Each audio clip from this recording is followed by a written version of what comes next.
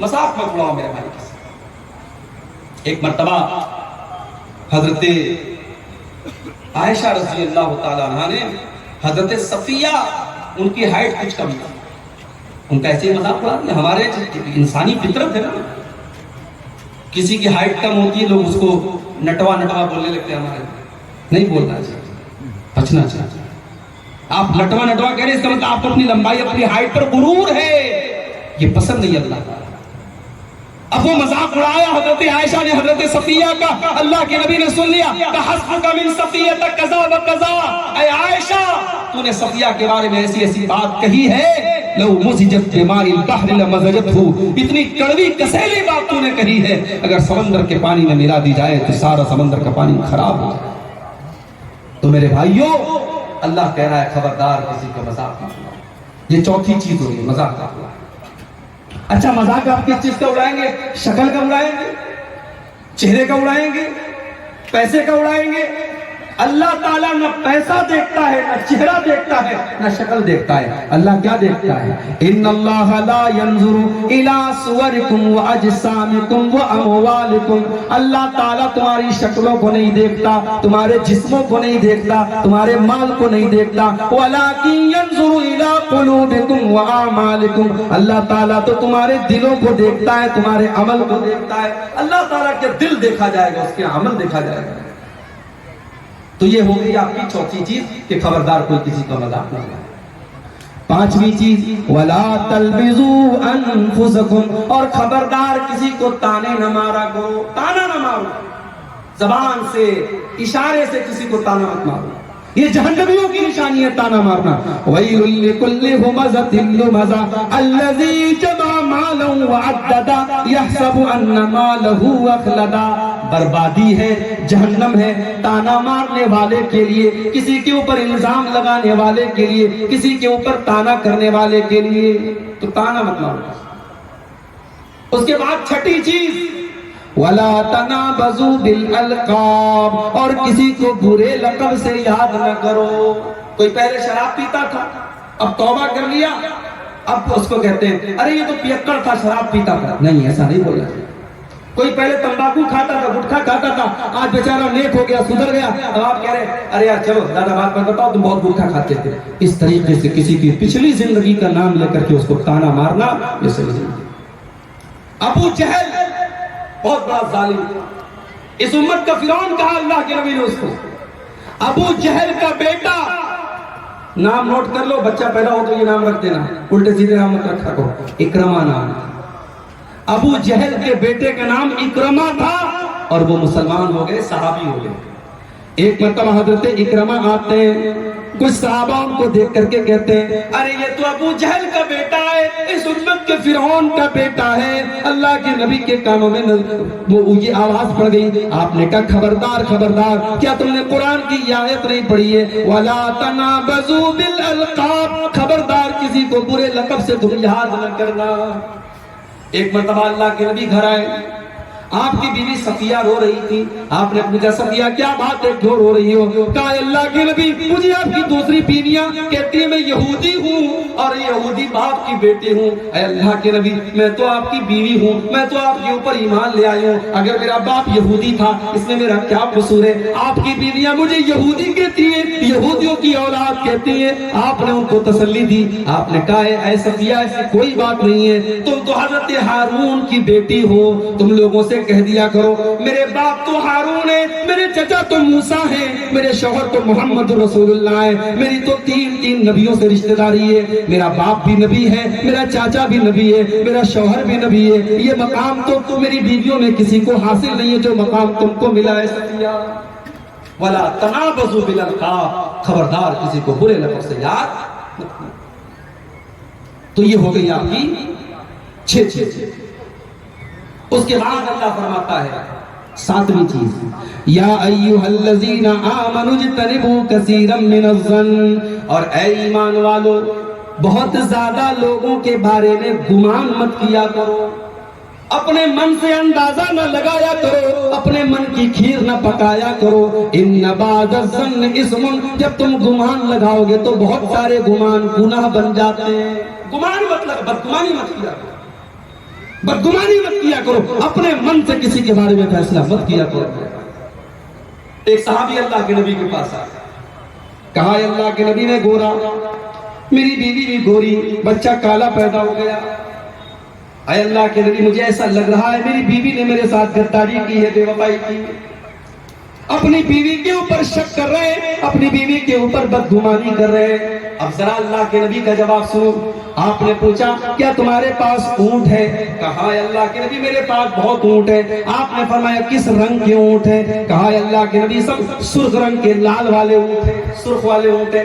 آپ نے پوچھا کیا تمہارے اونٹوں میں کوئی مٹیالے رنگ کا بھی ہے؟ کہا اے اللہ کے نبی کچھ مٹیالے رنگ کے بھی ہیں۔ آپ نے پوچھا یہ لال اونٹوں میں مٹیالے رنگ کے اونٹ کہاں سے آ گئے؟ کہا اے اللہ کے نبی ہو سکتا ہے ان اونٹوں کی نسل میں ان کے باپ دادا میں کوئی مٹیالہ رہا ہو اور کوئی رنگ کھینچ کر کے چلی آئی ہو اور بچہ اس کا مٹیالہ پیدا ہو گیا ہو۔ کہا ہے میرے پیارے صحابی اگر تمہارے لال اونٹوں میں مٹیالے رنگ کا اونٹ پیدا ہو سکتا ہے تو گورے لوگوں کے گھر میں کالا بچہ بھی پیدا ہو سکتا ہے۔ بدگمانی نہ کیا کرو، برا گمان نہ کیا کرو، بدگمانی زہر ہے۔ کتنے گھر تباہ ہو گئے۔ کوئی آتا ہے آپ کے پاس، کتنی نوکری، تمہاری کتنی تنخواہ ہے، سیلری کتنی ہے؟ ارے یار کیا بتاؤں 5,000 روپیہ سیلری مل رہی۔ ارے یار 5,000 میں کیسے گزارا ہو رہا ہے تمہارا؟ اب اس نے آپ کے دماغ میں بھڑکا دیا آپ کو نوکری کے خلاف۔ اب آپ اپنے جہاں پہ آپ کی نوکری تھی آپ وہاں جا کے لڑنے لگے اپنے باس سے، اپنے مالک سے، اس نے آپ کو نوکری سے نکال دیا۔ کل آپ 5,000 کے مالک تھے، آج بے روزگار ہو گئے، در در کی ٹھوکر کھا رہے، کسی ایک چھوٹی سی بات پر آج اس کی نوکری حاصل۔ ایک انسان آتا ہے کسی کے پاس، کہتا ہے یار تمہارا بیٹا تم سے پیار نہیں کرتا کیا؟ نہیں پیار تو کرتا ہے۔ کہ یار تمہارا بیٹا میں دیکھتا ہوں تمہارا خیال نہیں رکھتا، تمہاری حال چال نہیں لیتا۔ کہا یار شادی ہو گئی ہے، بچے ہو گئے، بڑا بزی رہتا ہے۔ کہا کچھ نہیں، اسے تم سے پیار وار نہیں ہے، شادی ہو گئی تو بیوی بچوں میں لگ گیا، باپ کی پرواہ نہیں کرتا ہے۔ اتنا کہنا تھا، اس نے آپ کے دل میں آپ کے بیٹے کے خلاف بدگمانی ڈالی۔ گھر آئے، بیٹے سے جھگڑا ہوا، باپ بیٹے میں جھگڑا ہو گیا اور باپ الگ ہو گیا، بیٹا الگ ہو گیا۔ ایک بدگمانی میں باپ بیٹے میں لڑائی ڈالی۔ شوہر اور بیوی کے درمیان طلاق ہو جاتی ہے میرے بھائیوں، بیوی کو طلاق دے دیتا ہے شوہر صرف ایک بدگمانی کی وجہ سے۔ اس لیے اللہ کہہ رہا ہے خبردار بدگمانی نہ کیا کرو، بدگمانی کرنا بہت بڑا گناہ ہے۔ نمبر 8 وَلَا تَجَسَّسُوا، اور جاسوسی نہ کیا کرو۔ کون کتنا کما رہا ہے، کس کے گھر میں کیا کھانا پک رہا ہے، کس کے گھر میں کیا آ رہا ہے، کیا جا رہا ہے۔ کچھ لوگوں کو اپنے سے زیادہ دوسروں کی ٹینشن رہتی ہے۔ وَلَا تَجَسَّسُوا، ایک دوسرے کی جاسوسی نہ کیا کرو، ٹوہنے نہ لگے رہا کرو۔ اللہ کے نبی نے ایک صحابی کو دیکھا کہ ان کے کمرے میں تاک جھانک کر رہے ہیں۔ آپ نے فوراً ڈانٹا، آپ نے کہا اگر کوئی کسی کے کمرے میں تاک جھانک کرے اور وہ پتھر مار کر کے اس کی آنکھ پھوڑ دے تو اس کے اوپر کوئی سزا نہیں ہے۔ اتنا بڑا گناہ ہے بغیر اجازت کسی کے گھر پہ دروازے پہ جا کے تاک جھانک کرنا۔ بخاری کے حدیث میں آپ نے فرمایا من استمع الى قوم وهم له كارهون صب في اذنيه الآنق يوم القیامہ، کسی دوسرے کی بات بغیر اجازت کے سننے والے کے کان میں قیامت کے دن پگھلا ہوا لوہا ڈالا جائے گا، پگھلا ہوا لوہا ڈالا جائے گا اس کے کان میں، کیونکہ دوسروں کی بات سنتا تھا بغیر اجازت۔ بغیر اجازت آپ کال ریکارڈنگ کرتے ہیں، غلط ہے۔ بغیر اجازت کسی کا موبائل چیک کرتے ہیں، غلط ہے۔ بغیر اجازت کسی کی تصویریں دیکھتے ہیں، غلط ہے۔ جاسوسی کی تمام شکلیں میرے بھائیوں غلط ہے اور اس سے بھی جھگڑے پیدا ہوتے ہیں۔ اس لیے اللہ نے کہا وَلَا تَجَسَّسُوا، جاسوسی نہ کیا۔ اس کے بعد نمبر 9 وَلَا يَغْتَبْ بَعْضُكُمْ بَعْضًا، اور اے ایمان والو خبردار ایک دوسرے کی غیبت نہ کیا کرو، ایک دوسرے کی برائی نہ کیا کرو۔ غیبت کس کو کہتے ہیں؟ غیبت کا مطلب یہ ہے کہ عبدالغفار صاحب کی غیر موجودگی میں آپ برائی کر رہے ہیں، عبدالغفار صاحب سامنے کریں گے تو یہ تو بہتان ہے، پیٹ پیچھے کر رہے ہیں، میں موجود نہیں ہوں اور آپ میری برائی کر رہے ہیں۔ وہ برائی اگر میرے اندر موجود ہے تب بھی وہ غیبت ہے، اور برائی اگر نہیں ہے تب تو بہتان ہے۔ اللہ کہہ رہا ہے ایک دوسرے کی غیبت نہ کیا کرو۔ أَيُحِبُّ أَحَدُكُمْ أَن يَأْكُلَ لَحْمَ أَخِيهِ مَيْتًا فَكَرِهْتُمُوهُ، کیا تم یہ پسند کرو گے اپنے مرے ہوئے بھائی کا گوشت کھاؤ؟ فَكَرِهْتُمُوهُ، تو تم اس کو ناپسند کرو گے۔ جب مرے ہوئے بھائی کا گوشت نہیں کھا سکتے اس کی غیبت کیوں کرتے ہو؟ اللہ کے نبی حدیث میں فرماتے ہیں کہ جو انسان کسی کی غیبت کرتا ہے سمجھو اس کا مرے ہوئے بھائی کا گوشت کھاتا ہے. تو غیبت بہت بڑا گناہ ہے. میری مائیں بہنیں خاص طور سے اس پر توجہ دیں. غیبت آج ہمارے سماج کو برباد کر دے گا. جو غیبت کرے گا کسی کی اس کا انجام کیا ہوگا؟ اللہ کے نبی ایک حدیث میں فرماتے ہیں، ابو داؤد کی روایت ہے، اے وہ لوگوں جو زبان سے ایمان لائے ہو لیکن دل سے ایمان نہیں لائے ہو، لا تغتابوا المسلمین، مسلمانوں کی غیبت نہ کیا کرو، ولا تتبعوا عوراتہم، اور مسلمانوں کی عزت پر حملہ نہ کیا کرو. جو کسی مسلمان کی عزت کے پیچھے پڑے گا یفضحہ فی بیتہ، اللہ تعالیٰ اس کے گھر میں اس کو ذلیل کر دے گا، اس کو اپمانت کرے گا، اس کو انسلٹڈ کرے گا. اگر آپ کسی کی غیبت کریں گے کل کوئی آپ کی غیبت کرے گا. کسی کی عزت آپ اچھالیں گے کل کوئی آپ کی عزت اچھالے گا.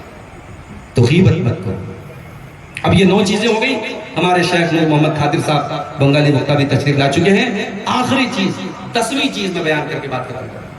یہ 10 چیزیں ہیں. آپ کو بھی میں دعوت دیتا ہوں، قرآن کھولیے 26واں پارہ سورہ حجرات آیت نمبر 6 سے لے کر کے 13 تک. اطمینان سے بیٹھ کر کے آپ یہ تقریر آپ نے سنی ہے، لیکن گھر جا کے آپ اطمینان سے ایک بار خود بھی اسٹڈی کر لیجئے اور دیکھیے کہ اس کے اندر جتنی چیزیں بیان ہوئی ہیں کہیں ایسا تو نہیں وہ چیز ہمارے اندر.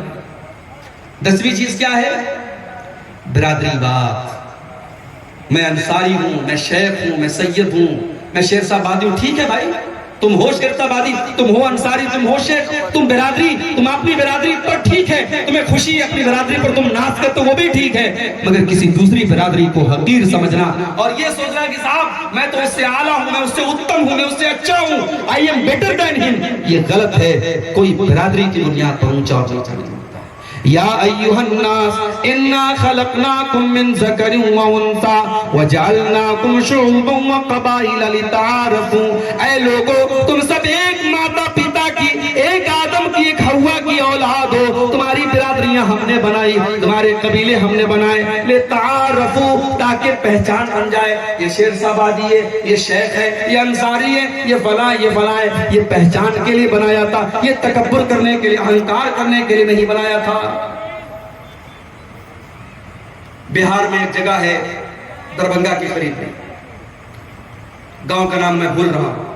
وہاں باقاعدہ گاؤں کے بیچ میں دیوار کھڑی ہے. اس راستے سے انصاری جائیں گے، اس راستے سے شیخ جائیں گے. یہ شرم کی بات نہیں ہے میرے بھائی. ابھی میں یوپی کے اندر ایک جگہ گیا، وہاں لوگوں نے بتایا کہ مولوی صاحب یہاں سب مسلمان ہیں لیکن برادری واد اتنا ہے. قریشیوں کی مسجد الگ ہے، نائی برادری کی مسجد الگ ہے، خان برادری کی مسجد الگ ہے، انصاری برادری کی مسجد الگ ہے. مسجدوں میں بھی بٹوارے ہو گئے. آج اسلام کو ہم نے خود نقصان پہنچایا ہے. اس بھارت کی سرزمین پر آج اگر کروڑوں مسلمان ہیں تو آپ کبھی اتہاس اٹھا کے دیکھیے بھارت میں مسلمان کیسے پیدا ہوئے، اسلام کیسے آیا.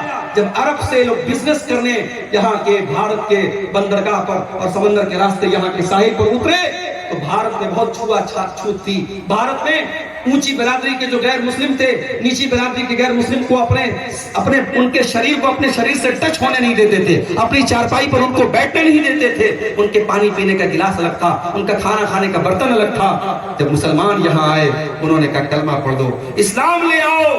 کوئی جاتی اونچی نہیں، کوئی جاتی نیچی نہیں، کوئی کسی کے گلاس سے پانی پی سکتا ہے. جب اسلام کی مساوات اور اسلام کی ایکتا کا سندیش انہوں نے دیا تو لوگوں نے اسلام قبول کیا. مگر افسوس آج اسی اسلام کا ماننے والا برادری واد کے چکر میں پڑا ہے. میرے بھائیوں، اگر اللہ آپ کو توفیق دے کبھی حج کرنے چلے جاؤ، عمرہ کرنے چلے جاؤ. افریقہ کا کالا ہے، امریکہ کا گورا ہے، انڈیا پاکستان کا اردو ہندی بولنے والا ہے، نیپال کا نیپالی بولنے والا، بنگال کا بنگلہ بولنے والا. زبانیں الگ ہیں، کلچر الگ ہے، رنگ و نسل الگ ہے. سب کی زبان پر بس ایک اللہ کی تکبیر کے کلمات، لبیک اللہم لبیک لبیک لا شریک لک لبیک، بس یہی کلمات ان کی زبان پر جاری ہیں. اور علامہ اقبال کہتے ہیں بندوں محتاج و غنی ایک ہوئے، تیرے دربار میں پہنچے تو سبھی ایک ہوئے. تو میرے بھائیوں، یہ اتحاد کی تعلیم اور انسانی مساوات کی تعلیم یہاں اللہ تعالیٰ نے دی. یہ 10واں پیغام ہے اللہ کا. یہ 10 چیزیں اگر ہم اس پر عمل کر لیں انشاءاللہ ہمارے مسائل جو ہیں وہ حل ہو جائیں گے اور خاندانوں میں جو جھگڑے ہیں وہ ختم ہو جائیں گے. یہ کچھ سوالات آئے ہیں. یہ